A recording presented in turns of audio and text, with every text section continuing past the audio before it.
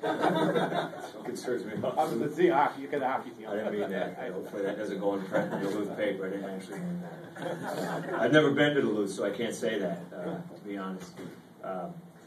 Hey, they've got a great top line, but anyone you're going to see at this time of the year probably has, something that's special about their team. I mean, I think we have some special aspects about our team.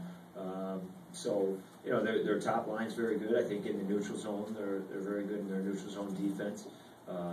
And I think they have a good power play. Maybe a little bit underrated, but you let those four guys out on the ice in their power play, and I think they're pretty darn good. I mean, obviously, an open practice is different than a regular practice because anybody who wants can come in and watch. What do you hope to gain? You hope the team gains out of an open practice situation like today? We spoke about it after breakfast this morning, about our schedule today, also about that there are going to be a lot of distractions when we came to the rink. I mean, last year, I think, honestly, I did a poor job before our league semifinal game, in the ECAC championship, because we got out there and there were so many cameras, and every time I went to the board, you heard clicking from the cameras, and it rattled our guys. So, we kind of spoke about that this morning, about, hey, there's going to be a lot of distractions. The goals of today's practice are to get out and get moving, to be focused, and to learn the rink. Those were the three goals about the practice today. And I thought we did a pretty good job of that. I mean, the puck's bouncing a lot out there, and I thought we got a pretty good feel for it. Coach, I asked Jeremy before about the loss to Kobe. You said it lingered. Do you think they're over it now and ready to go tomorrow? Yeah, I mean, I think what he meant by that is this has been the best team I've had at learning from their losses. Obviously when Yale beat us 5-0 earlier in the year, our goal at that point was to improve more than Yale for the next time we met them. And that was a pretty easy goal for us. A simple goal for us, and we kind of accomplished that. But we've only had 9 losses this year, so maybe it's easy to improve from our losses. But hey, it was a rough film session. It was a rough first couple practices back, and what I mean by rough is it was they clearly got the message of what we didn't do well in that series, because we got away from our game. We very much got a little lackadaisical in some areas. But, to be quite honest, it's understandable. We hadn't had a loss for nearly 2 months. And when you're coming down the stretch like that, and you haven't had a loss for 2 months, there were stretches where we didn't play our best games, but we found ways to win them.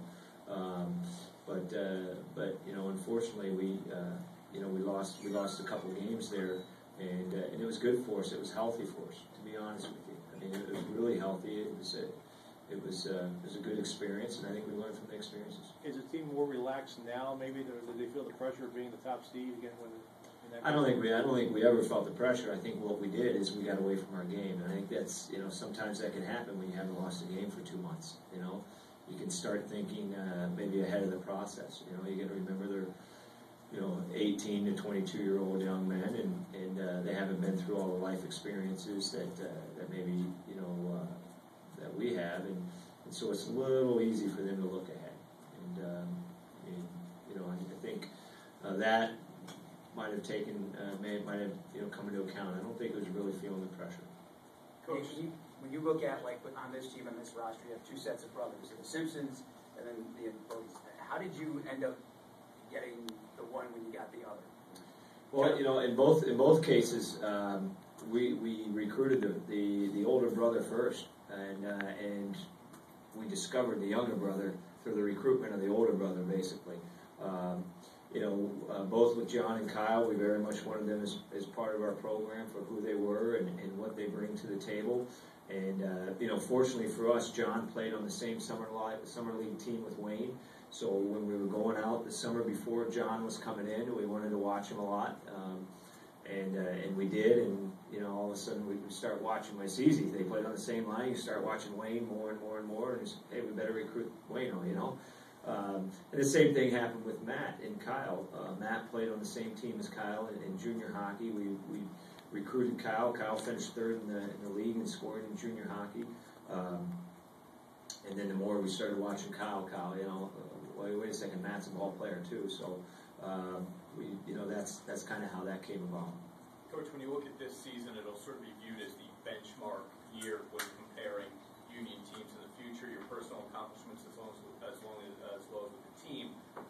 how sweet would it be to not just make it this far, but obviously advance in the tournament? Well, yeah, I mean, we're not here to not advance. You know, I'm going to be very disappointed if we don't advance. To be quite honest with you.